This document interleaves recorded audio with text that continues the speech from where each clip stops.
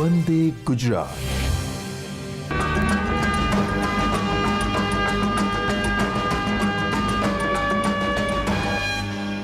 વિદ્યાર્થી મિત્રો, આજે આપણે 12મા ધોરણના પ્રકરણ 2 રસાયણ વિજ્ઞાનની અંદર દ્રાવણો અંગેનો અભ્યાસ કરીશું. તો 11મા ધોરણની અંદર થોડુંક પ્રકરણ 1ની અંદર દ્રાવણો અંગે તમે થોડીક ચર્ચા કરેલી હતી. એ જ ચર્ચા જે આપણે અહીંયા 12મા ધોરણની અંદર ડિટેલની અંદર કરવાની છે. જ્યારે આપણે ચેપ્ટરનો કોઈપણનો અભ્યાસ કરતા હોય ત્યારે વિદ્યાર્થી મિત્રો મારી એક સલાહ છે કે તમે 3 સ્તરેથી જે તે ચેપ્ટર હોય એને તૈયાર કરો. એક તો કે બોર્ડના આધારે આખું પાઠ્યપુસ્તક છે તૈયાર કરી નાખો. પછી એમાંથી શક્ય હોય એવા પ્રશ્નો જે તમને JEE અને NEET જેવી સ્પર્ધાત્મક પરીક્ષાઓની અંદર કામ લાગતા હોય છે. આ માટે આપણું પાઠ્યપુસ્તક છે એ પૂરતા પ્રમાણમાં સફિશિયન્ટ છે. હવે એક પછી એક આપણે ચર્ચા કરતા જઈએ. તો પહેલું તો દ્રાવણો છે શું ખરેખર, રાઈટ. તો પહેલો મુદ્દો અહીંયા આવશે કે બે કરતાં વધારે પદાર્થોનું સમાંગ મિશ્રણ, સમાંગ મતલબ યુનિફોર્મ મિક્સર, રાઈટ, અથવા તો રાઈટ યુનિફોર્મ મિક્સર કે જે અમુક મર્યાદાની અંદર જ, ધ્યાનમાં રાખી લો, રાઈટ, અમુક મર્યાદાની અંદર જ રાઈટ એકબીજામાં મિશ્ર થઈ શકે છે, રાઈટ, તેને દ્રાવણ કહે છે. દાખલા તરીકે 1 લીટર પાણીમાં 10 ગ્રામ NaCl કે 10 ગ્રામ ગ્લુકોઝ દ્રાવ્ય થઈ શકશે, પરંતુ 5 ml પાણીમાં 2 કિલોગ્રામ ગ્લુકોઝ કે 2 કિલોગ્રામ NaCl જો દ્રાવ્ય કરવા જશો, રાઈટ, તો દ્રાવણ બનશે નહીં. મતલબ અમુક મર્યાદાની અંદર જ રાઈટ આવી રીતે દ્રાવણ બનાવી શકાય. ઓકે, પછી હવે જે દ્રાવણ છે, રાઈટ, ઓકે, એના ઘટકો કયા છે? તો કે એક દ્રાવક અને બીજું દ્રાવ્ય. સામાન્ય રીતે તમે જોશો તો જે ઘટકનું સાપેક્ષ પ્રમાણ વધારે હોય તે ઘટકને ખાસ કરીને દ્રાવક કહેવામાં આવે છે, અને જે ઘટકનું સાપેક્ષ પ્રમાણ ઓછું હોય તેને દ્રાવ્ય. આવું જે છે એ આપણા પાઠ્યપુસ્તકની અંદર આપેલું છે.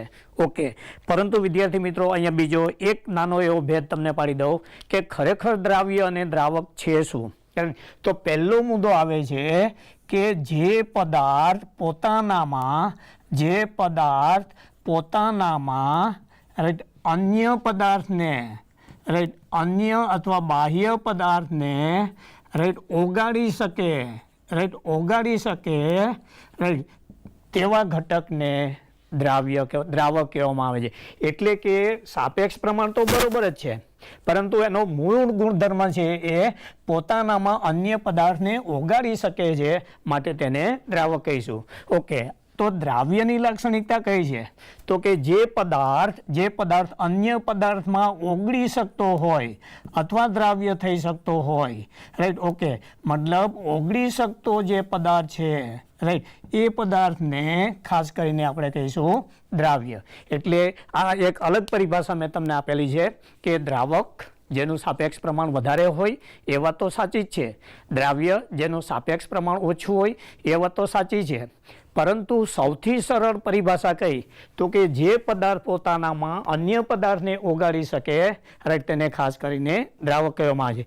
એટલે કે the medium or the material which allows the dissolution of the other substances is known as solvent, and the medium or the substance which dissolves into other medium is known as solute. मतलब solute is a dissolving medium and solvent is allowing the substance to dissolve. Okay, એટલે એક આ વાત થઈ. પછી બીજી વસ્તુ કે કોઈ પણ દ્રાવણ હોય તો ખાસ રાખી લો એમાં દ્રાવક તો એક જ હોય છે, રાઈટ, ઓકે, જેનું સાપેક્ષ પ્રમાણ વધારે છે અથવા તો સામાન્ય રીતે પોતાનામાં અન્ય પદાર્થને ઓગાળી શકે છે. જ્યારે દ્રાવ્ય પદાર્થો છે, ધ્યાનમાં રાખી લો, રાઈટ, ઓકે, એ એક કે એક કરતાં વધારે પણ હોય છે. ઓકે, દ્રાવ્ય પદાર્થો છે એ ખાસ કરીને એક પણ હોય અથવા એક કરતાં વધારે પણ હોય. ઓકે, તો હવે કેટલીક વખતે આવી પરિભાષા નાના શબ્દો વાપરેલા હોય છે કે જ્યારે એક દ્રાવક અને એક દ્રાવ્ય હોય, રાઈટ, ઓકે, મતલબ 1+1 હોય, રાઈટ. તો એ જે દ્રાવણ છે એને ખાસ કરીને કહેવામાં આવે છે દ્વિઘટકીય, binary solution. One solute and one solvent is known as binary solution. Okay. Sometimes what will happen કે દ્રાવક તમે એક જ લીધેલો છે પરંતુ એમાં દ્રાવ્ય પદાર્થો બે લીધેલા છે. દાખલા તરીકે પાણીની અંદર તમે NaCl નાખો અને એમાં ગ્લુકોઝ નાખો, રાઈટ. તો એક દ્રાવક અને બે દ્રાવ્ય પદાર્થો છે, તો આવું જે દ્રાવણ બને, રાઈટ, એને ખાસ કરીને કહેવામાં આવે છે ત્રિઘટકીય દ્રાવણ. મતલબ મિનિમમ દ્વિઘટકીય, ત્રિઘટકીય, આવી રીતે અનેક પદાર્થો ઓગળેલા હોય, રાઈટ. તો એને પોલીઘટકીય, રાઈટ. ઓકે, આવા પદાર્થો કહેવામાં આવે. દાખલા તરીકે દરિયાનું પાણી, તો દરિયાના પાણીની અંદર તો કેટલા બધા ક્ષારો ઓગળેલા હોય છે, રાઈટ. તો એને એક દ્વિઘટકીય દ્રાવણ કહેવાય નહીં, રાઈટ. ઓકે, એટલે એક આ સાપેક્ષ પ્રમાણ આવવું આવે છે. પછી બીજો મુદ્દો આવે છે, ધ્યાનમાં રાખી લો કે આ સૌથી આપણા માટે અગત્યનું છે, દ્રાવણ બનવા માટેની પરિસ્થિતિઓ અથવા તો, રાઈટ, ઓકે, એના માટેની જરૂરી શરતો.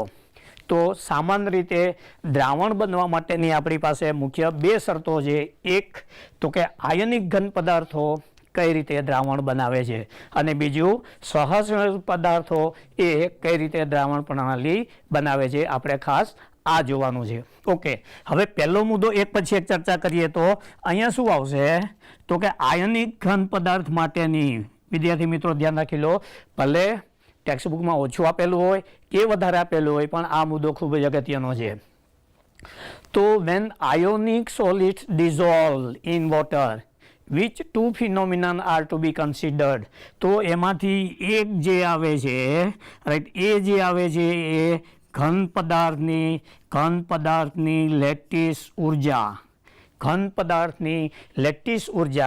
રાઈટ. ઓકે, અને બીજું આવે છે, રાઈટ, ખાસ કરીને તેની hydration enthalpy, right, hydration enthalpy અથવા તો હાઇડ્રેશન ઉર્જા. આ બે પદાર્થો છે, રાઈટ, બે પરિબળો છે, એના આધારે આયનિક ઘન પદાર્થો દ્રાવ્ય થતા હોય. તો એ બાબતની અંદર બહુ સ્પષ્ટ થઈ જાવ. Okay, ionic solid substances dissolve on the basis of the relative difference of lattice energy and enthalpy of hydration. Okay, હવે એના માટેની કઈ પરિસ્થિતિ આવશે તો પહેલો મુદ્દો એ આવશે, રાઈટ, કે લેટિસ એન્થાલ્પી એટલે શું તો કે સ્ફટિક ઘનની અંદર પદાર્થને પકડી રાખતી એન્થાલ્પી. અને હાઇડ્રેશન એન્થાલ્પી એટલે શું તો કે સ્ફટિક ઘનમાંથી ઘટક કણોને દ્રાવણમાં લઈ જવાની પ્રબળતા, એટલે હાઇડ્રેશન એન્થાલ્પી. એટલે કે ધારો કે આપણે આમ લખશું કે જો ડેલ્ટા HL મતલબ લેટેસ એન્થાલ્પીનું મૂલ્ય, okay, greater than delta HH, અહીંયા H એટલે હાઇડ્રેશન છે અને એન્થાલ્પી છે, વધારે હશે, તો આવી પરિસ્થિતિની અંદર તમે જોઈ શકશો લેટાઇસ એન્થાલ્પી એટલે કે ઘન સ્થિતિમાં પકડી રાખવાની ક્ષમતા, અને હાઇડ્રેશન એન્થાલ્પી એટલે કે દ્રાવણમાં લઈ જવા. તો આવા પરિસ્થિતિની અંદર પદાર્થ છે એ ખાસ કરીને પાણી કે દ્રાવકની અંદર કેવો રહેશે તો કે ખાસ કરીને અદ્રાવ્ય રહેશે. when lattice enthalpy is greater than, right, enthalpy of hydration, તો ionic solid will not dissolve, right, okay, in a solution. અચ્છા, એનાથી ઊંધું આવશે કે જો લેટેસ્ટ એન્થાલ્પીનું મૂલ્ય, રાઈટ, ઓકે, હાઇડ્રેશન એન્થાલ્પી કરતાં ઓછું હશે, હાઇડ્રેશન એન્થાલ્પીનું મૂલ્ય વધારે હશે, એટલે કે દ્રાવણમાં લઈ જવાની ક્ષમતા વધારે હશે, તો એવો આયનિક પદાર્થ છે, રાઈટ, એ ખાસ કરીને પાણીની અંદર અથવા દ્રાવકની અંદર આવી રીતે દ્રાવ્ય થશે. હવે સવાલ એ આવે છે કે દાખલા તરીકે, બરાબર છે, ધારો કે તમે કોઈ એક લીધેલું છે NaCl, રાઈટ, ઓકે, તો કે NaClની અંદર એવું માલુમ પડેલું છે કે એની લેટેસ્ટ એન્થાલ્પી છે હાઇડ્રેશન એન્થાલ્પી કરતાં ઘણી ઓછી છે. સો as and when NaCl is added to water, immediately or fairly it dissolves in water. મતલબ તો NaCl છે પાણીમાં ઓગળી શકે છે. ઓકે, હવે એની કમ્પેરની અંદર ધારો કે તમે લીધેલું છે PbSO4, લેડ સલ્ફેટ. તો લેડ સલ્ફેટ છે એને જ્યારે તમે પાણીમાં નાખશો તો લેડ સલ્ફેટની અંદર ખાસ કરીને એની હાઇડ્રેશન એન્થાલ્પી છે એનું મૂલ્ય ઓછું છે. મતલબ હાઇડ્રેશન એન્થાલ્પી, લેટેસ્ટ એન્થાલ્પી કરતાં ઉપરવટ જઈ શકતી નથી અને પરિણામે આવો આયનિક ઘન પદાર્થ છે રાઈટ એ ખાસ કરીને દ્રાવણની અંદર અદ્રાવ્ય રહે છે. એટલે કે દ્રાવણ બનવા માટેની પહેલી પરિસ્થિતિ કે જો આયનિક ઘન પદાર્થ હોય તો તેમની દ્રાવણ બનવાની ક્ષમતા છે એ રિલેટિવ મતલબ લેટિસ ઉર્જા અને હાઇડ્રોજન એન્થાલ્પીના તફાવત એટલે કે કોણ મોટું છે અને કોણ નાનું છે. આવી રીતે અનેક આયનિક ઘન પદાર્થો છે રાઈટ એને ખાસ કરીને આપણે આ રીતે રાઈટ વર્ણન કરી શકીએ છીએ. એ લીધા પછી આપણી પાસે બીજો અગત્યનો આવે છે અને એ જે છે સહજ સંયોજક પદાર્થો. તો સહજ સંયોજક પદાર્થો જે વિદ્યાર્થી મિત્રો ધ્યાન રાખી લો બે રીતના હોય છે, ધ્રુવીય અને અધ્રુવીય. માત્ર આપણે શું કરીએ છીએ દ્રાવણો અને પ્રકાર સમજી અને આગળ જતા હોઈએ છીએ, પણ બેઝિકલી રાઈટ આવા નાના પ્રશ્નો પણ ઘણી વખતે પૂછેલા હોય છે. તો ધ્રુવીય પદાર્થ છે ધ્યાનમાં રાખી લો એ ખાસ કરીને ધ્રુવીય પદાર્થ છે એ ખાસ કરીને રાઈટ ધ્રુવીય દ્રાવકોમાં જ ઓગળે છે. Polar સોલ્યુટ dissolve in polar solvent. Okay, અચ્છા, હવે અધ્રુવીય પદાર્થો છે રાઈટ એ ખાસ કરીને અધ્રુવીય દ્રાવકોમાં જ ઓગળે છે. ધ્યાન રાખી લો અધ્રુવીય દ્રાવકોમાં ઓગળે છે. તો અહીંથી આપણે we can establish A relationship between સોલ્યુટ and solvent for preparing the solution. કયો? તો કે nature of સોલ્યુટ and solvent must be similar. એટલે કે દ્રાવ્ય અને દ્રાવક બરાબર છે રાઈટ. ઓકે, એનો સ્વભાવ સરખો હોવો જોઈએ. એટલે કે જો દ્રાવ્ય ધ્રુવીય હોય તો તેનો દ્રાવક ધ્રુવીય હોવો જોઈએ. ઓકે, જો દ્રાવ્ય અધ્રુવીય હોય તો તેનો દ્રાવક અધ્રુવીય હોવો જોઈએ. Cross dissolution is almost less possible or not possible. અચ્છા, હવે આવું કેવી રીતે થાય છે? તો કે જ્યારે ધ્રુવીય દ્રાવક છે એ ધ્રુવીય દ્રાવકની અંદર ઓગળે છે ત્યારે ધ્યાનમાં રાખી લો એની આકર્ષક આંતરક્રિયા છે રાઈટ.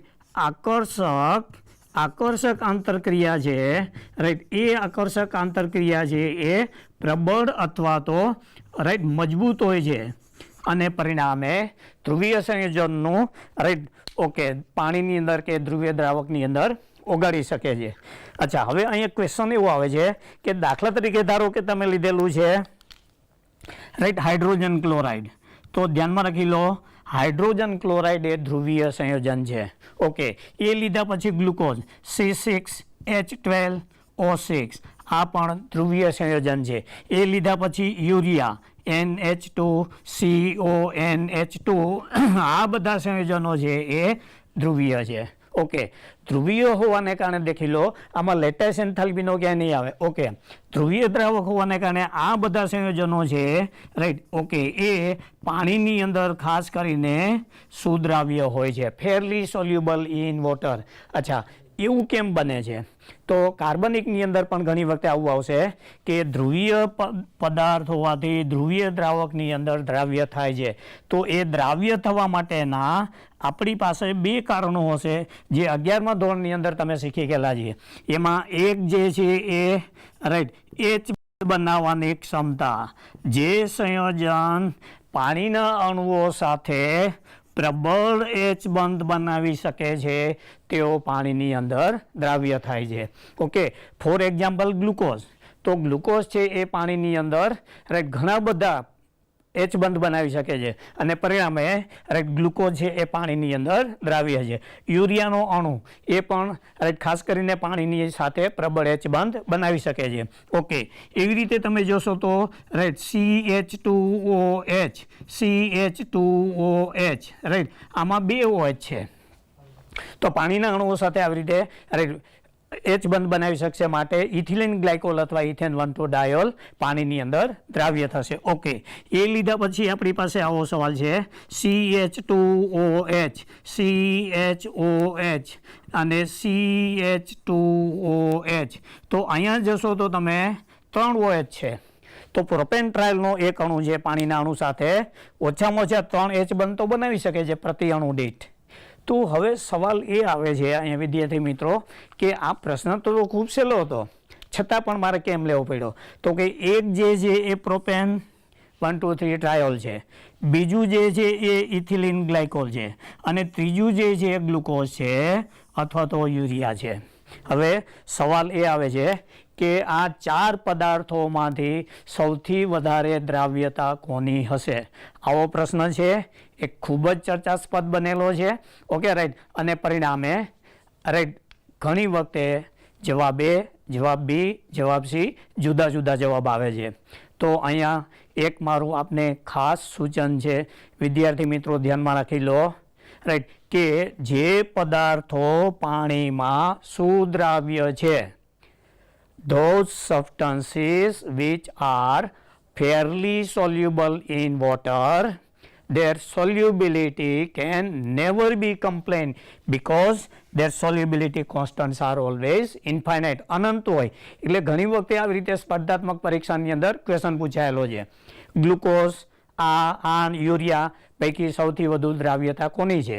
તો કે તમે જે બધા પદાર્થો લખેલા છે એ બધા પદાર્થો તો બરાબર છે પાણીની અંદર અનંત દ્રાવ્યતાવાળા છે, એટલે કોઈ દિવસ આવી સરખામણી થઈ શકે નહીં રાઈટ. ઓકે, સરખામણી એવી હોવી જોઈએ કે પદાર્થમાંથી સીધો ભેદ પડતો હોય. એટલે આ જે ક્વેશ્ચન છે બિલકુલ વાહિયાત છે, આવો ક્વેશ્ચન ના હોય. ઓકે, એટલે એક વસ્તુ અહીંયા પૂરી થઈ ગઈ, જે પદાર્થો પાણીની સાથે પ્રબળ એચ બંધ બનાવી શકે right, they are ફેરલી soluble in water.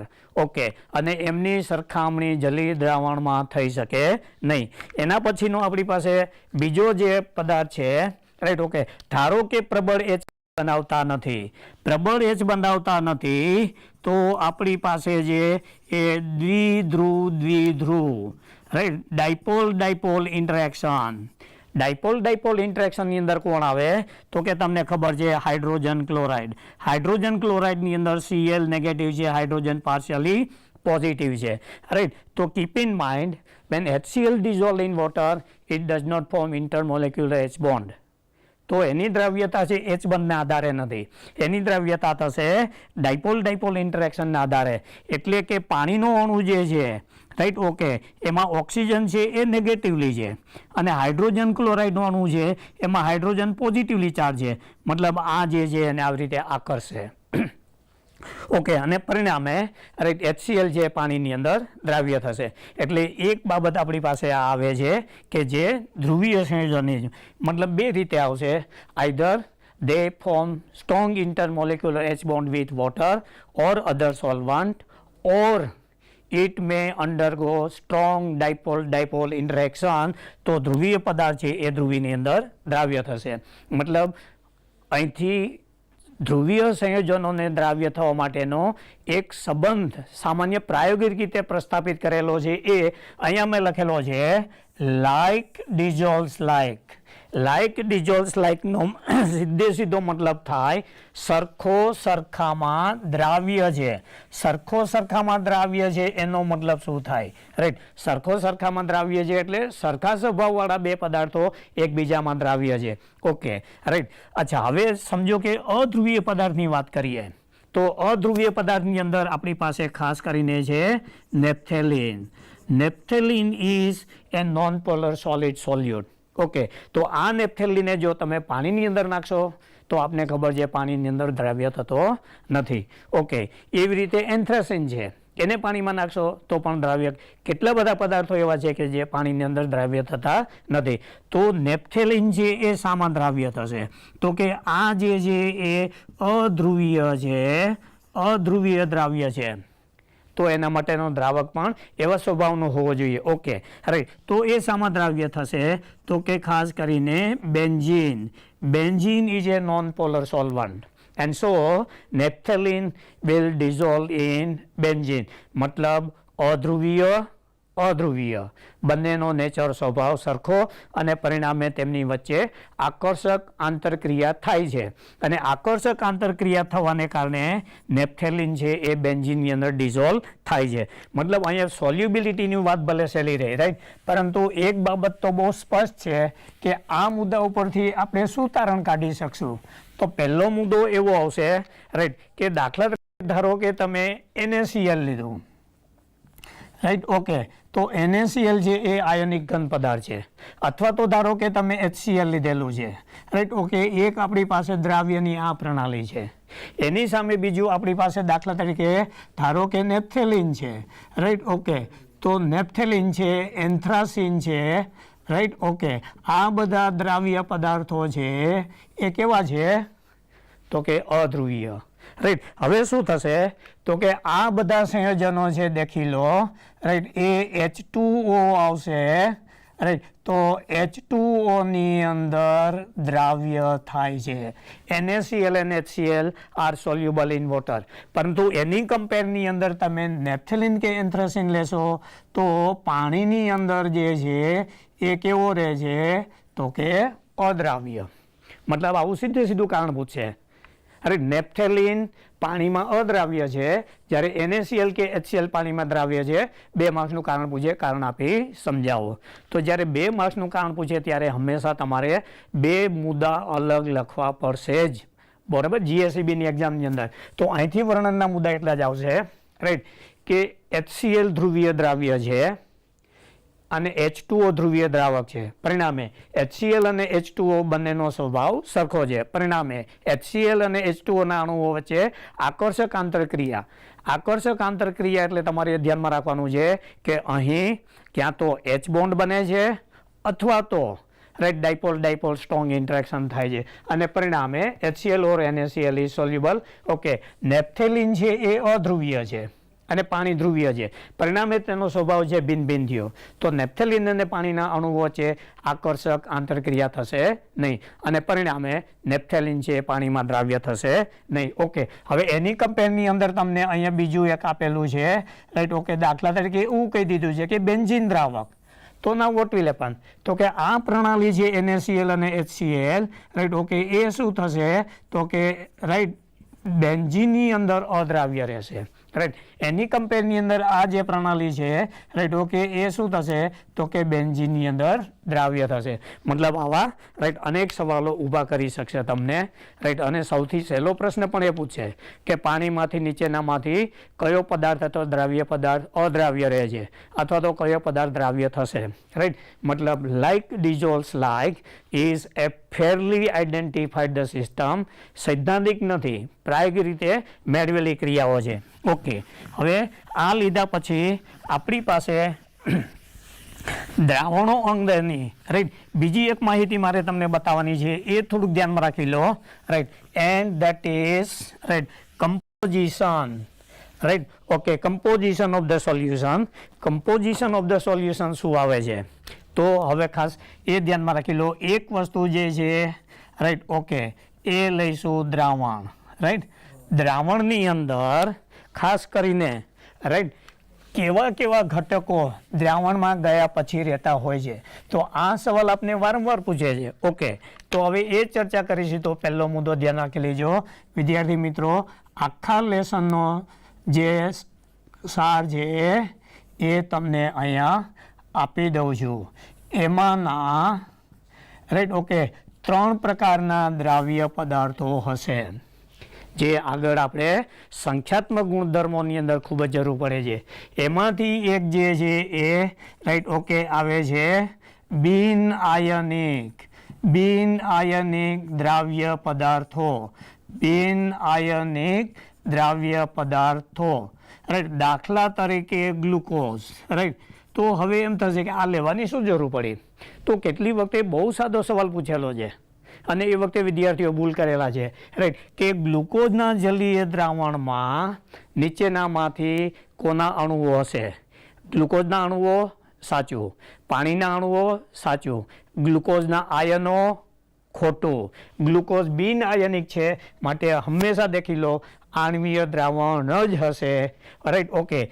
એવી રીતે દાખલા તરીકે ધારો કે તમને હજુ ખાંડ આપેલી છે કે ગમે તે આપે, કાર્બોહાઈડ્રેટ પદાર્થ આપેલો છે, યુરિયા આપેલો છે, તો આવા જે પદાર્થો છે they remain in form of the molecule after going to the solution. મતલબ એક છેલ્લો ક્વેશ્ચન આવું પૂછે કે દ્રાવણમાં ગયા પછી તેમના અણુઓની સ્થિતિ કઈ છે. ઓકે. હવે એની કમ્પેરની અંદર બીજું એક લીધેલું છે, રાઈટ. અને એ જે છે એ આયનિક પદાર્થો હોય શું કરે છે? તો કે આયોનિક પદાર્થો જે જલીય દ્રાવણની અંદર ધ્યાનમાં રાખી લો, રાઈટ, અણુ સ્વરૂપે હોતા નથી, અણુ સ્વરૂપે હોતા નથી, પરંતુ લેસ ઓર મોર આયન સ્વરૂપે હોય છે, રાઈટ. ઓકે, આ ધ્યાનમાં રાખી લો. They are in form of ions. હવે તમને સવાલ એ પૂછે કે NaClના દ્રાવણમાં કઈ પરિસ્થિતિ હશે? તો કે NaClના દ્રાવણની અંદર Na પોઝિટિવ અને Cl નેગેટિવ આયનો છૂટા પડી ગયેલા હશે, એટલે એમાં તેના દ્રાવ્યના અણુઓ નથી, રાઈટ. ઓકે, એને બદલે તમે કહી શકશો કે Na પોઝિટિવ અને Cl નેગેટિવ છે, અને પરિણામે કણ સંખ્યા બદલાતી હોવાથી આગળ આપણે જોઈશું કણ સંખ્યા પર આધારિત ગુણધર્મો હંમેશા બદલાઈ જશે. મતલબ અહીંયા આખા ચેપ્ટરનો હું પાયો નાખું છું કે જો બિન આયનિક હશે, રાઈટ, તો જેટલા અણુઓ તમે ઉમેરેલા છે એટલા જ રહેશે અને અણુ સ્વરૂપે જ રહેશે. પણ જો આયનિક હશે તો તેનું વિયોજન થશે, આયનો છૂટા પડશે, કણ સંખ્યા બદલાશે, દ્રાવણનું સંગઠન બદલાઈ જશે. ઓકે, અને ત્રીજું આવે છે સુયોજન પામતા પદાર્થો. કેટલાક દ્રાવ્ય પદાર્થોને, રાઈટ, બિનજલીય દ્રાવકો બેન્ઝીન, ટોલ્યુઇન છે ઉમેરવામાં આવે ત્યારે, રાઈટ, તેમના 2 કે વધારે અણુઓ જોડાય, રાઈટ. ઓકે, અને દ્વિઅણુ તરીકે, રાઈટ, મુખ્યત્વે દ્વિઅણુ તરીકે ઉદ્ભવે છે. તો અહીંયા શું થાય છે તો કે અણુઓનું જોડાણ થાય છે. અહીંયા શું થાય છે તો કે અણુઓ તૂટી અને આયનોમાં ફેરવાય છે. તો અહીંયા દેખી લો આયનો બનતા નથી, પરંતુ એસોસિએટેડ મોલેક્યુલ બને છે, રાઈટ. તો અહીંયા જે છે કણ સંખ્યા ઘટશે, અને કણ સંખ્યા ઘટશે પરિણામે તેના સંખ્યાત્મક ગુણધર્મો જે ઘટશે. મતલબ આગળનો જે આપણો ટોપિક હતો મેં ઓલરેડી કહી દીધો. વિદ્યાર્થી મિત્રો ધ્યાન રાખી લો, પહેલો જ પ્રશ્ન તમારે પૂછવાનો કે બિન આયનિક છે તો દ્રાવણમાં ઓગળ્યા પછી પણ સંખ્યા યથાવત રહેશે, આયનિક છે તો આયનો લેસ ઓર મોર આયોનાઇઝેશન થશે અને કણ સંખ્યા વધશે, સંખ્યાત્મક ગુણધર્મો બદલાઈ જશે, સુયોજન થશે, રાઈટ. ઓકે, તો કણ સંખ્યા ઘટશે. અચ્છા, કેવી રીતના? તો કે આપને ખબર છે, આગળ તો હું લઈશ જ કે કાર્બોક્સિલિક એસિડ છે, આલ્કોહોલ છે, ROH, AROH છે, રાઈટ. આવા સંયોજનો છે એ બિનજલીય દ્રાવકની અંદર, રાઈટ. ઓકે, ખાસ કરીને સુયોજન પામતા હોવાથી તેમના અણુઓ છે એ, રાઈટ, આ રીતે દ્વિઅણુ તરીકે વર્તે છે, અથવા તો ROH ટ્વાઇસ કે AROH twice, right. Dimerization, it is not necessary કે always dimerization takes place. Tetramerization થાય, ટ્રાઇમરાઇઝેશન થાય અને અલ્ટિમેટલી પોલિમરાઇઝેશન થાય. પણ અહીંયા મેં ડાઈમરાઇઝેશનનો મુદ્દો લીધેલો છે. તો this is in short, students keep in mind, this is the entire concept of the solution, right. 3 વસ્તુ તમે દરેક વખતે ધ્યાનમાં રાખશો તો આગળના જે પ્રશ્નો આપણે સોલ્વ કરવાના છે એ ક્યારેય ભૂલ પડશે નહીં. હવે સૌથી બકવાસ અને સાવ સહેલો ક્વેશ્ચન કેવો પૂછે છે, રાઈટ, એ ધ્યાન રાખી લો. પહેલો તો તમને પૂછે કે NH3 છે, NH3ના જલીય દ્રાવણમાં, NH3ના જલીય દ્રાવણમાં મુખ્યત્વે કયા ઘટકો હશે? Find the components in aqueous solution of ammonia. તો હવે સવાલ એ આવે છે કે રાઈટ, એમોનિયા છે એ તમારે ક્યાં મૂકવાનો છે, રાઈટ. ઓકે, તો પહેલો મુદ્દો આવે છે બિન આયનિક નથી, આયનિકની અંદર છે. તો એમોનિયા જે છે એ શું કરશે? NH3 પ્લસ H2O એના જલીય દ્રાવણમાં ઓગાળશે, NH4 પોઝિટિવ બનાવશે અને પ્લસ OH નેગેટિવ, અને સંતુલન સ્થપાયેલું હશે. તો ઘણી વખત એવું થાય કે દ્રાવણોના અભ્યાસની અંદર આવું પણ પૂછાતું હોય, ગમે તે પૂછાઈ શકે, right. Competitive exams have no any limit. Within the framework of the text book they may ask any question. તો હવે એમોનિયાના જલીય દ્રાવણમાં આયનિક સંતુલન સ્થપાયેલું હોય તો તેના જલીય દ્રાવણમાં કોણ હશે? તો કે એમોનિયાના અણુ હશે, પાણીના અણુઓ હશે. ઓકે, હવે એ સિવાય તમને ખબર નથી. ઓકે, તો એમોનિયાના આયનિકથી ઉત્પન્ન થયેલા એમોનિયમ આયનો પણ હશે. ઓકે, પછી રાઈટ OH આયનો પણ હશે.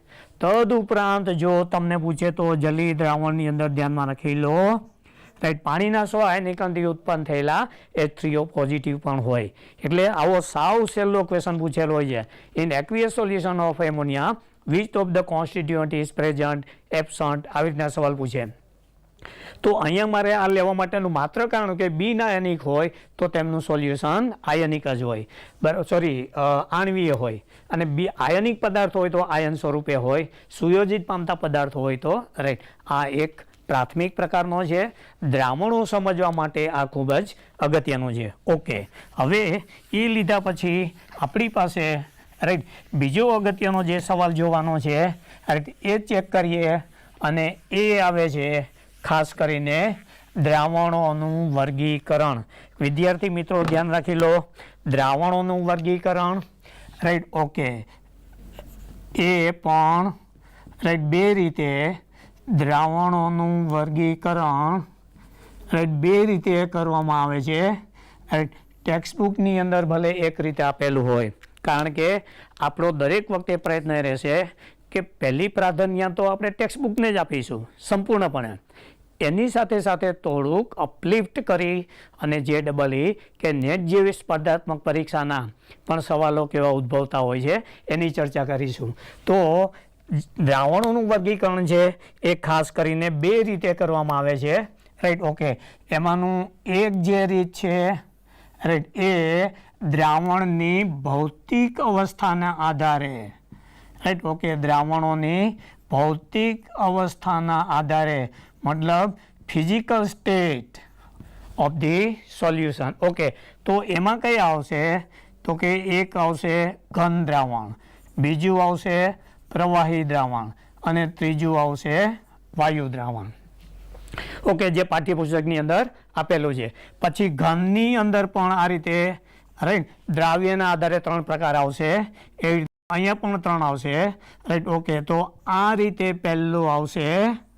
અને ધ્યાનમાં રાખવાનું કે આવો પણ MCQ પૂછેલો છે રાઈટ. ઓકે, કે ભૌતિક અવસ્થાના આધારે કુલ કેટલા પ્રકારના દ્રાવણો શક્ય છે તો કે 9 પ્રકારના. ઓકે, હવે એ લીધા પછી રાઈટ. ઓકે, એની જે આવે છે એ રાઈટ ઓગળવાની ક્ષમતાના આધારે રાઈટ ક્ષમતાના આધારે વર્ગીકરણ. અહીંયા તમને થોડુંક સરપ્રાઈઝ થશે કે ઓગળવાની ક્ષમતાના આધારે કેવી રીતનું હોય. તો અહીંયા પણ જે છે એ ખાસ ધ્યાન રાખી લો, 3 ભાગ પડશે. એક જે આવે છે એ આવશે સંતૃપ્ત દ્રાવણ, સેચ્યુરેટેડ સોલ્યુશન. ઓકે, પછી બીજું જે આવશે એ આવશે અસંતૃપ્ત દ્રાવણ, અનસેચ્યુરેટેડ સોલ્યુશન. અને થર્ડ જે આવશે એ સુપર સેચ્યુરેટેડ સોલ્યુશન. સુપર મતલબ ઉચ્ચ અથવા તો હાયર રાઈટ, અથવા તો અતિ ઉચ્ચ સંતૃપ્તતા અથવા તો ઉચ્ચ સંતૃપ્ત દ્રાવણ. મતલબ on the basis of the right efficiency of the dissolving substance right they can be classified as right saturated, unsaturated and super saturated. મતલબ આ જે દ્રાવણ છે રાઈટ. ઓકે, એનું વર્ગીકરણ એક ભૌતિક અવસ્થાના આધારે અને બીજું ઓગળવાની ક્ષમતાના આધારે. તો પહેલાં આ ઝડપથી ચર્ચા કરી લઈએ રાઈટ. ઓકે, તો કે સંતૃપ્ત દ્રાવણ કયું આવશે તો એ ધ્યાનમાં રાખી લો, ઓગળવાની ક્ષમતાના આધારે સંતૃપ્ત દ્રાવણ રાઈટ. ઓકે, જે દ્રાવણ રાઈટ. ઓકે, પોતાનામાં આપેલા તાપમાને મહત્તમ શક્ય જથ્થો દ્રાવ્યનો મહત્તમ શક્ય જથ્થો ઓગાળેલો હોય રાઈટ. ઓકે, ઓગાળેલ હોય તેવા દ્રાવણને સંતૃપ્ત દ્રાવણ કહે છે. The solution which had dissolved maximum possible amount of the solute at a given temperature is known as saturated solution.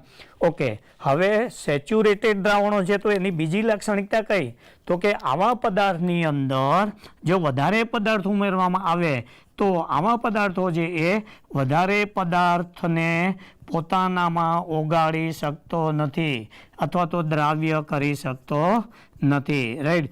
Yes, it further dissolution of the solute in a saturated solution right is not possible. Maximum capacity આવી ગઈ છે. તો હવે અહીંયા તમારે એક boundary પકડી લો કે જો તેની લિમિટ સુધી પદાર્થ ઓગળેલો હોય તો સંતૃપ્ત. હવે અસંતૃપ્ત છે એટલે એનાથી ઊંધું જશે રાઈટ. ઓકે, અસંતૃપ્ત દ્રાવણ છે તો કે આનાથી ઊંધું, તો કે શક્ય મહત્તમ જથ્થો હોય તેના કરતાં મહત્તમ મર્યાદા કરતાં ઓછો જથ્થો દ્રાવ્ય થયેલો હોય. બસ એક શબ્દ પકડી લો, શક્ય મહત્તમ જથ્થા કરતાં ઓછું ઓગળેલું હોય, રાઈટ, તો તેને અસંતૃપ્ત દ્રાવણ કહેવાય. અને આવા અસંતૃપ્ત દ્રાવણની અંદર, રાઈટ, એનાથી ઊંધું આવશે વધારે પદાર્થને ઓગળે છે અથવા તો વધારે પદાર્થ દ્રાવ્ય થાય છે. મતલબ there are two categories of the solution based on composition, saturated and unsaturated. Okay, હવે આ આપણે પ્રેક્ટિકલ લાઈફની અંદર પણ આપને ખબર છે કે જ્યારે આપણે ચા બનાવતા હોય ત્યારે શરૂઆતની અંદર ખાંડ નાખી દીધી હોય અને પાણી ઠંડુ હોય તો એ વખતે બધી ખાંડ ઓગળી જતી નથી, થોડી ખાંડ પડેલી જ હોય છે. પછી આપણે એને ગરમ કરીએ છીએ અને ખાંડ ઓગળી જાય છે. પણ શરૂઆતની અંદર જે બનેલું હતું એ સંતૃપ્ત દ્રાવણ હતું. Okay, right. પછી પાણીની અંદર એક વાટકો પાણી લીધેલું અને મીઠાની ચપટી જેટલું નાખીએ તો મીઠું ફટ કરતું ઓગળી જાય છે. હજુ એમાં પણ મીઠું નાખ્યું તો મીઠું ઓગળી જાય છે. મતલબ it has the capacity to dissolve the substance more. તો એને કહીશું આપણે, રાઈટ, અસંતૃપ્ત દ્રાવણ.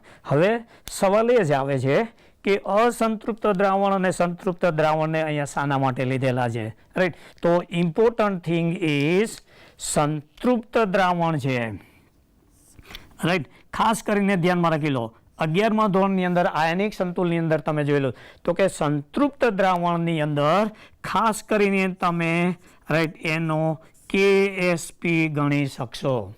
Solubility product can be calculated, right, from the saturated solution. Okay, તો અસંતૃપ્ત દ્રાવણની અંદર શું શોધી શકાય? તો કે અસંતૃપ્ત દ્રાવણની અંદર તમે QC અને આયનિક સોલ્યુશન હોવાને કારણે આપણે એને એક નામ આપેલું છે IP, રાઈટ. તો જો અસંતૃપ્ત સોલ્યુશન હોય તો તેના ઉપરથી આપણે IP શોધી શકશું, ક્યારેય KSP મળશે નહીં. સંતૃપ્ત દ્રાવણ હશે તો તમને KSP મળશે. KSP મળે તો ધ્યાનમાં રાખી લો એ વખતે IP અને KSP બંને સરખા હોય, રાઈટ. ઓકે, તો આ લેવા માટેનો મારો ઈરાદો એ જ હતો કે સેચ્યુરેટેડ અને અનસેચ્યુરેટેડ સંયોજનો છે એની ઉપયોગિતા શું, તો કે એના ઉપરથી IP અને KSPની ગણતરી થતી હોય. ઓકે, એ લીધા પછી આપણી પાસે ત્રીજું જે છે એ સુપર સેચ્યુરેટેડ, રાઈટ. ઓકે, મતલબ ઉચ્ચ સંતૃપ્ત દ્રાવણ, રાઈટ. ઓકે, તો ઉચ્ચ સંતૃપ્ત દ્રાવણ કોને કહેવાય? તો કે એની મહત્તમ ક્ષમતા પૂરી થઈ ગયા પછી પણ જો તમે દ્રાવણને કોઈ હળી કરી, એટલે કે સળિયા વડે ઓગાળો અથવા ગરમ કરો કે કોઈને કોઈ બાહ્ય એજન્સીની મદદથી વધારે પદાર્થ, મતલબ અહીંયા એવું લખવું જોઈએ, ધ્યાન રાખી લો, રાઈટ. જો તેની ક્ષમતા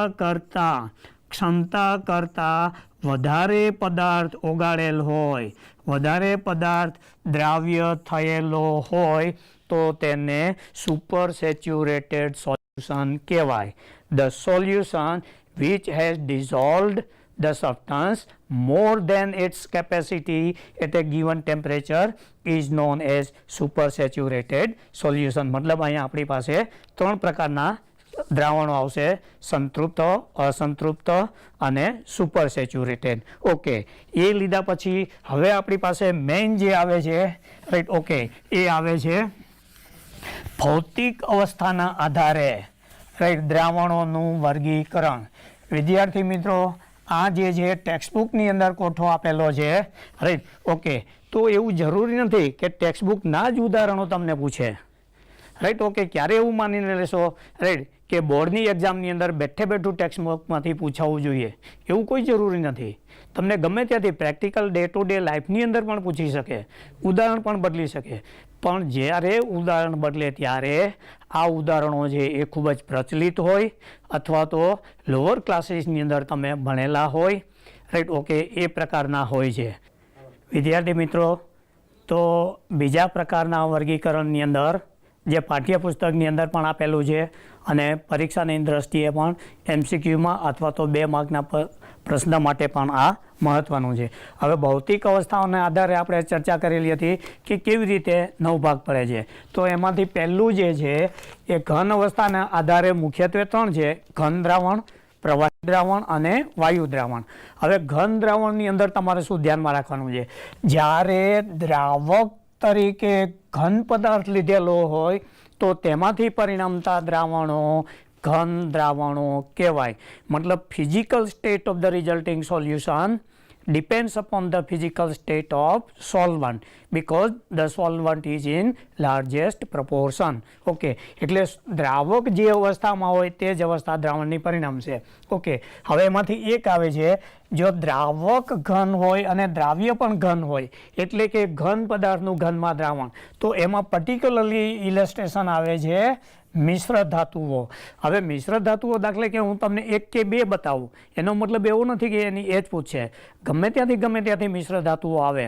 દાખલા તરીકે ધારો કે હું તમને કોપરની ધાતુ બતાવું છું, તો એ તમને એલ્યુમિનિયમની ધાતુ પણ. એટલે અહીંયા મેં તમને કોન્સેપ્ટ આપેલો છે. ઓકે, એમાંથી એક જે આવે છે એ ખાસ કરીને ધ્યાનમાં રાખી લો, brass. Right, it is an alloy of copper, કોપરની એલોય છે. Okay, right. પછી એવી રીતે આવે છે પિત્તળ. રાઈટ, ઓકે, પિત્તળ જે છે એ પણ ખાસ કરીને રાઈટ મિશ્ર ધાતુ. હવે આ સિવાયની અન્ય કેટલી બધી મિશ્ર ધાતુઓ તમને આપે. Right, okay, for example stainless steel. તો સ્ટેનલેસ સ્ટીલ છે એ પણ મિશ્ર ધાતુઓ છે. ઓકે, અચ્છા, હવે એ લીધા પછી બીજું એક પણ અહીંયા પ્રકાર આવે છે, એ આંતરાલીય સંયોજનો. ખાસ કરીને ધ્યાનમાં રાખી લો, ધારો કે તમે લીધેલું છે Fe3 અને C. રાઈટ, ઓકે, તો લોખંડની સ્ફટિક જાળી રચનાની અંદર કાર્બન પરમાણુઓ યથાયોગ્ય સ્થાને ગોઠવાયેલા છે અને રાઈટ આવી રીતે ઘન દ્રાવણ બનાવે છે. Okay, right. એવી રીતે તમે લેવા જશો તો દાખલા તરીકે મેંગેનીઝ Mn3, Mn4C3 આવી રીતે જુદા જુદા પ્રમાણમાં હોય. વેનેડિયમ કાર્બાઇડ, આ બધા સંયોજનો છે એ ઘન દ્રાવણોના ઉદાહરણ છે. માત્ર આટલું જ યાદ ના રાખી લો. રાઈટ, આ સંક્રાંતિ ધાતુમાંથી આવશે, એટલે ઉદાહરણ તો ગમે ત્યાંથી પૂછી શકશે નીચેનામાંથી. અથવા તો એવું પૂછશે કે આંતરાલીય કાર્બાઇડ એફીનની લાક્ષણિકતા કઈ, તો કે દ્રાવક ઘન છે અને દ્રાવ્ય પણ ઘન છે. સાચું. ઓકે, હવે સવાલ એ આવે છે કે આમાં દ્રાવક કોણ છે, તો કે સંક્રાંતિ ધાતુ છે એ ધ્યાનમાં રાખી લો. ખાસ કરીને દ્રાવક છે અને એમાં અંતરાલીય છિદ્રમાં ગોઠવાયેલું કાર્બન કે અન્ય પરમાણુ છે. રાઈટ, ઓકે, એ દ્રાવ્ય છે. મતલબ આવી રીતે પણ ભાગ. એ રીતે વેનેડિયમ કાર્બાઇડ, વેનેડિયમ કાર્બાઇડની અંદર વેનેડિયમ ઇઝ સોલ્વન્ટ અને કાર્બન ઇઝ સોલ્યુટ. મતલબ આવી રીતે રાઈટ તમને ભેદ પાડી શકે. ઓકે, મતલબ આ જે થયું એ રાઈટ. પછી બીજું ઉદાહરણ છે જેમાં દ્રાવક ઘન હોય અને દ્રાવ્ય પ્રવાહી હોય. ઓકે, તો એમાં ખાસ કરીને સ્ફટિક જળયુક્ત ક્ષારો.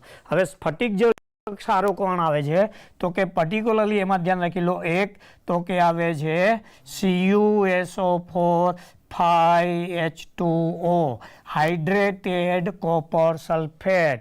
તો ઘન કોપર સલ્ફેટની જાડી રચનાની અંદર પાણી અથવા ભેજના અણુઓ આ રીતે સંગ્રહ પામેલા હોય છે. એટલે આ પ્રવાહી અવસ્થામાં છે અને આ ઘન મતલબ ભેજ અવસ્થામાં છે. એટલે પ્રવાહી એટલે વહેતું પ્રવાહી નહીં, ભેજ સ્વરૂપનું તમારે ધ્યાનમાં પ્રમાણ ઓછું હોય એટલે ત્યાં તમને વહનશીલતા જોવા મળશે નહીં. Okay, copper sulphate pentahydrate. એવી રીતે તમે લેશો તો FeSO4 7H2O, ફેરસ સલ્ફેટ. તો આમાં પણ H2O છે એ ભેજ સ્વરૂપે હોય છે. તો આ જે બધા સંયોજનો છે એમાં CuSO4 છે, ધ્યાનમાં રાખી લો, એ ખાસ કરીને દ્રાવક છે અને 5H2O છે એ ધ્યાનમાં રાખી લો દ્રાવ્ય છે. તો આગળ મારો સમજાવવાનો મુદ્દો હતો કે જ્યારે વર્ગીકરણ વખતે વારંવાર બધા બોલે છે કે પાણી હંમેશા દ્રાવક જ હોય, એવું અહીંયા ખોટું પડે છે. તો H2O અહીંયા જે છે એ દ્રાવ્ય છે. કેમ, તો કે તેનું સાપેક્ષ પ્રમાણ ઓછું છે. એટલે જે ઘટકનું સાપેક્ષ પ્રમાણ વધારે હોય ને પાણી વધારે હોય ને એવી કોઈ માન્યતા ખોટી નથી. તમારે રાઈટ આ રીતે જવાનું છે. ઓકે, એ લીધા પછી બીજું આપણી પાસે આવે છે રાઈટ. ઓકે, વાયુમય દ્રાવણ, ઘનમાં બનાવેલું વાયુ દ્રાવ્યનું દ્રાવણ. રાઈટ, ઓકે, તો એમાંથી હજી એક અહીંયા રહેલા છે અને એ આવે છે એમાલ્ગમ. એમાલ્ગમની અંદર કોણ આવશે? એમાલ્ગમ મતલબ મર્ક્યુરી. ઓકે, ધારો કે તમે સોડિયમ છે, સોડિયમને તમે મર્ક્યુરી અંદર આ રીતે ઓગાળેલું છે, તો it is known as sodium amalgam. હવે અહીંયા બધાની ભૂલ થાય છે. એવી રીતે તમે લેશો તો હજુ આવશે zinc plus Hg, zinc amalgam, magnesium plus Hg, magnesium amalgam. તો આ બધા એમાલ્ગમની અંદર you will notice here that most of mercury છે પ્રવાહી છે એટલે બધા એને દ્રાવક તરીકે લઈ લે છે. પણ ધ્યાનમાં રાખી લો અહીંયા મર્ક્યુરી જે છે એ દ્રાવક નથી, એ દ્રાવ્ય છે. અને સોડિયમ ધાતુની સ્ફટિક જાડી રચનામાં મર્ક્યુરી નાખેલું છે એન્ડ ધેરફોર ધાતુ જે છે એ દ્રાવક તરીકે વર્તે છે અને પ્રવાહી મર્ક્યુરી જે એમાં નાખેલું છે આવું ભેદ ધ્યાનમાં રાખી લો. હવે આ સાથે સાથે લીધેલું ધ્યાનમાં રાખી લો, ક્યારેય એવું નહીં બને કે બધા જ એમાલ્ગમ, તો કે લોખંડ છે એફી છે ઓકે, તો એ મર્ક્યુરી સાથે ધ્યાનમાં રાખી લો એમાલ્ગમ બનાવતું નથી. તો ક્યારેક આવી રીતનો પણ પ્રશ્ન પૂછે છે સ્પર્ધાત્મક પરીક્ષાની અંદર, નીચેનામાંથી કઈ ધાતુ એમાલ્ગમ બનાવશે નહીં, અથવા નીચેનામાંથી કયું બરાબર છે મિશ્રણ છે એ દ્રાવણ બનાવશે નહીં. તો F E does not dissolve okay and make the solution with mercury, એટલે એફી એમાલ્ગમ બનશે નહીં. મતલબ આ એક સારો ક્વેશ્ચન છે. ઓકે, એ લીધા પછી બીજું આપણી પાસે આવે છે ખાસ કરીને ખનિજોની અંદર ઓગળેલો વાયુ. આપને સરપ્રાઈઝ થશે કે ખનિજ છે એ દાખલા તરીકે ઘન દ્રાવક છે ઓકે, અને ઓગળેલો જે છે એ વાયુમય દ્રાવ્ય છે.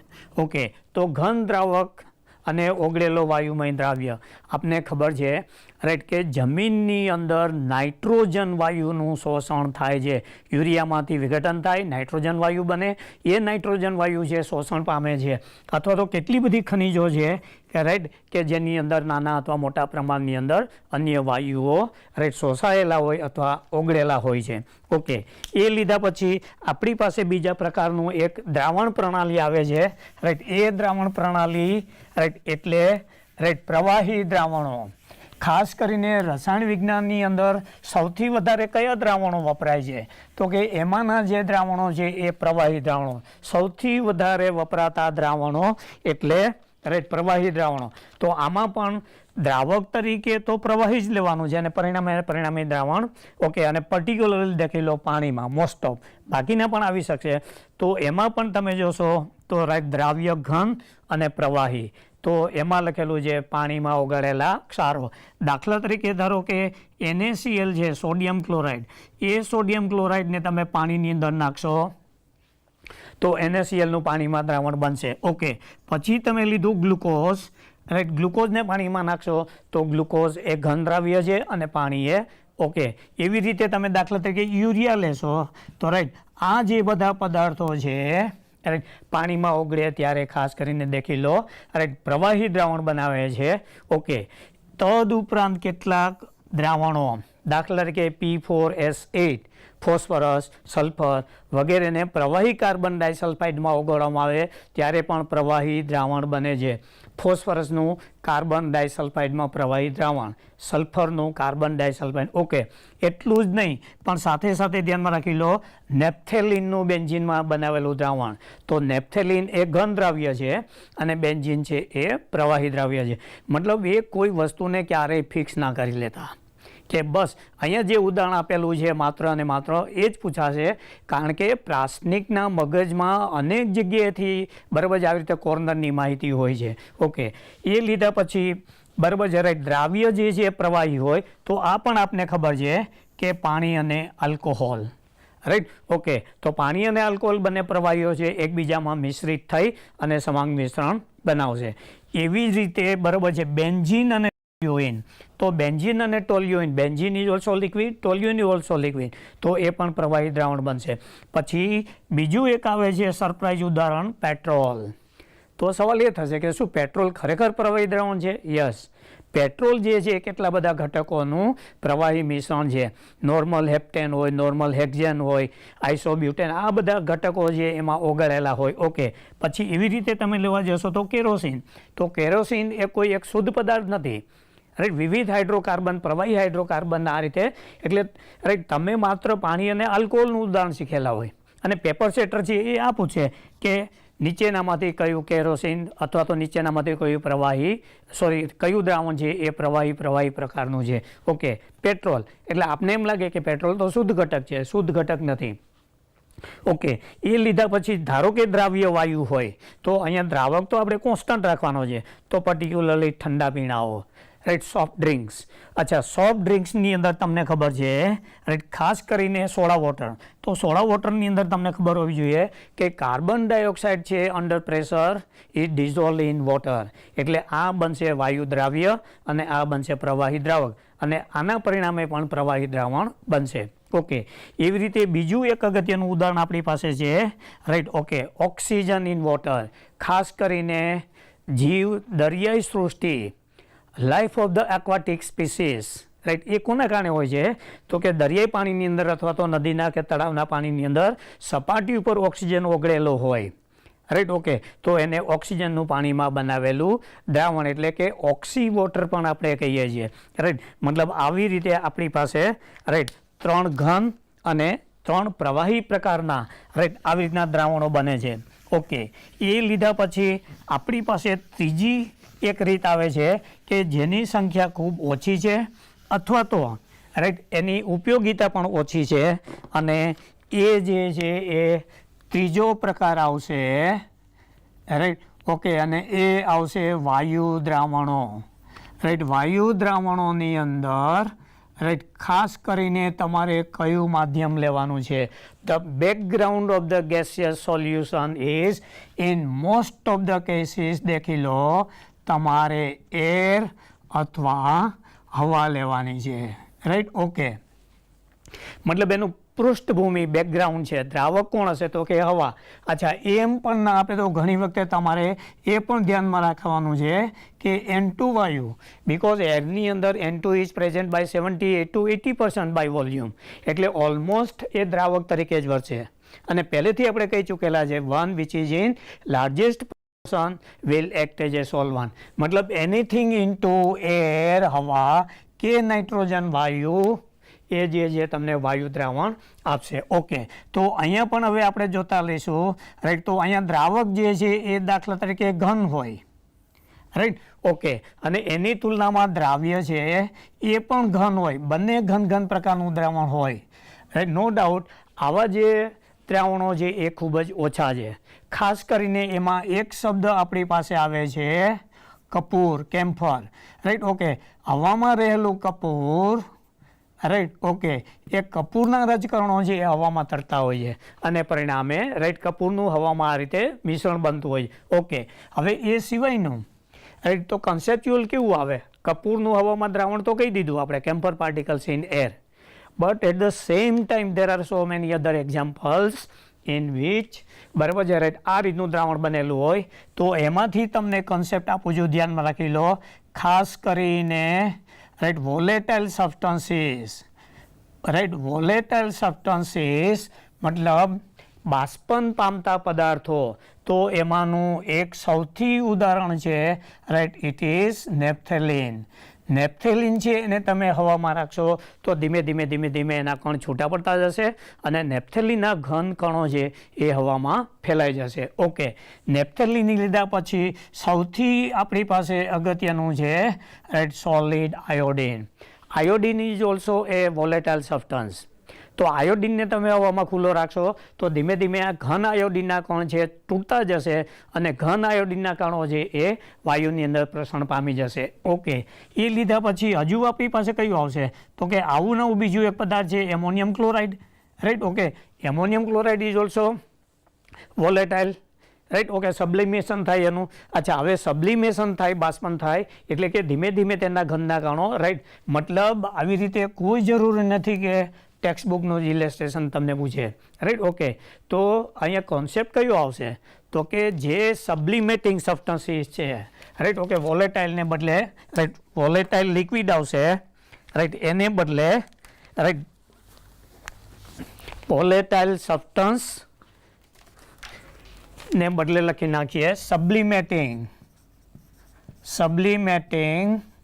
Substances, right. ઓકે, મતલબ આટલા 3 પદાર્થો આવશે, રાઈટ. અહીંયા ધ્યાનમાં રાખી લો, પર્ટિક્યુલરલી એક તમને આયોડિન પૂછે છે અને બીજું પૂછે છે કપૂર, રાઈટ. ઓકે, અથવા તો કેમ્ફર. ઓકે, તો વિદ્યાર્થી મિત્રો, બરાબર છે, રાઈટ. આ પ્રકારના દ્રાવણની અંદર હવે બીજો પ્રકાર આવશે કે જેમાં દ્રાવ્ય જે છે એ પ્રવાહી હોય, રાઈટ.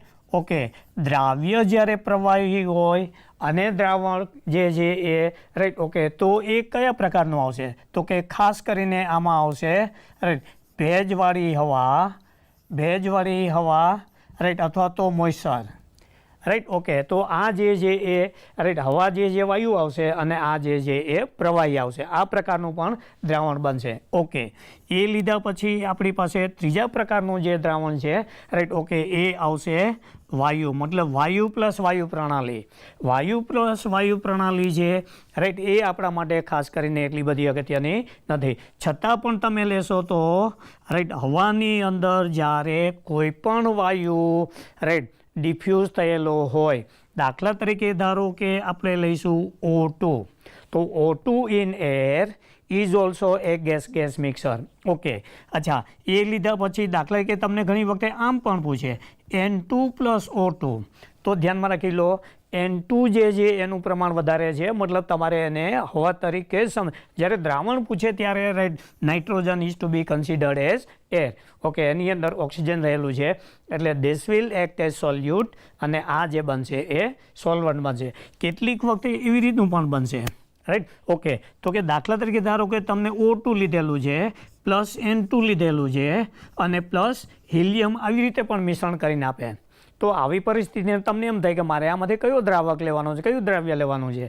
રાઈટ ઓકે તો જ્યારે તમને દ્રાવણના સંદર્ભમાં પૂછે ત્યારે ધ્યાનમાં રાખી લો સંપૂર્ણપણે વાયુમય ઘટક હોય તો nitrogen strictly to be considered as a solvent એને દ્રાવક તરીકે જ લેવાનો છે બાકીના જે બધા વાયુમય ઘટકો હોય રાઈટ ઓકે એને તમારે દ્રાવ્ય તરીકે લેવાનું છે તો અહીંયા એમ કહીશું કે દ્રાવક તો એક જ છે પણ દ્રાવ્ય એક કરતાં વધારે એટલે ત્રિઘટકીય મિશ્રણ ટર્નરી રાઈટ ઓકે આવી રીતે પણ આવી શકે છે રાઈટ ઓકે પછી ઘણી વખતે અસ્થમાના પેશન્ટ હોય તો તમે જોતા હશો રાઈટ તો એને ઓક્સિજનની સાથે નાઇટ્રોજનની સાથે બીજા વાયુઓ પણ અલ્પ પ્રમાણમાં આ રીતે મિશ્ર કરેલા હોય છે ઓકે ત્રીજો મુદ્દો મરજીવાળો જ્યારે દરિયામાં ઊંડાણ સુધી ડૂબકી મારે છે ત્યારે એની સાથે જે સિલિન્ડર લીધેલો હોય છે એ સિલિન્ડરની અંદર પણ ખાસ કરીને રાઈટ એમને તો ઓક્સિજનની જરૂર છે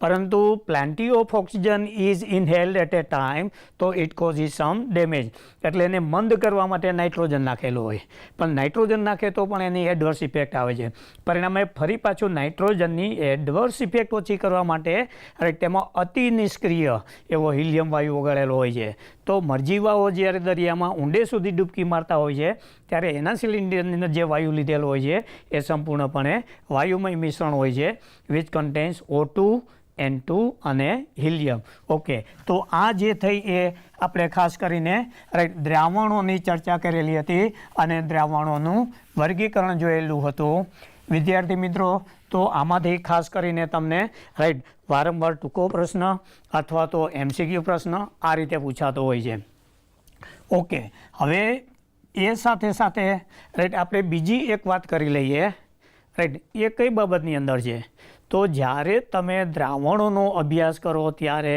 પહેલું કામ તમારે યાદ રાખવાનું છે કે દ્રાવ્ય કોણ છે અને દ્રાવક કોણ છે જ્યાં સુધી દ્રાવ્ય અને દ્રાવક તમે સ્પષ્ટ નહીં કરી શકો ત્યાં સુધી દ્રાવણમાં પૂછાયેલા MCQ ટૂંકા પ્રશ્નો કે મોટા પ્રશ્નો છે એમાં 100% ગડબડ ઊભી થશે એટલે right from the beginning to the end of the lesson right specify કરી દો કે આ દ્રાવક છે અને આ દ્રાવ્ય છે આ લેસનની અંદર તો આપણે મુખ્યત્વે દ્રાવક તરીકે પાણી જ લેવાનો છે પણ કેટલીક વખતે એવું આવશે બિનજલીય દ્રાવક કે જેમાં બેન્ઝીનનો ઉપયોગ થયેલો છે રાઈટ ઓકે કાર્બન ટેટ્રાક્લોરાઇડનો ઉપયોગ થયેલો છે મતલબ આવા જુદા જુદા દ્રાવકો વાપરી અને દ્રાવણોનો અભ્યાસ કરવામાં આવેલો હશે વિદ્યાર્થી મિત્રો આના પછીના એપિસોડની અંદર રાઈટ આપણે બીજો સૌથી અગત્યની મુદ્દો જોવાનો છે એ આવે છે દ્રાવણોની સાંદ્રતા દર્શાવવાની જુદી જુદી રીતો અને એક એકમમાંથી બીજા એકમમાં કેવી રીતે જવું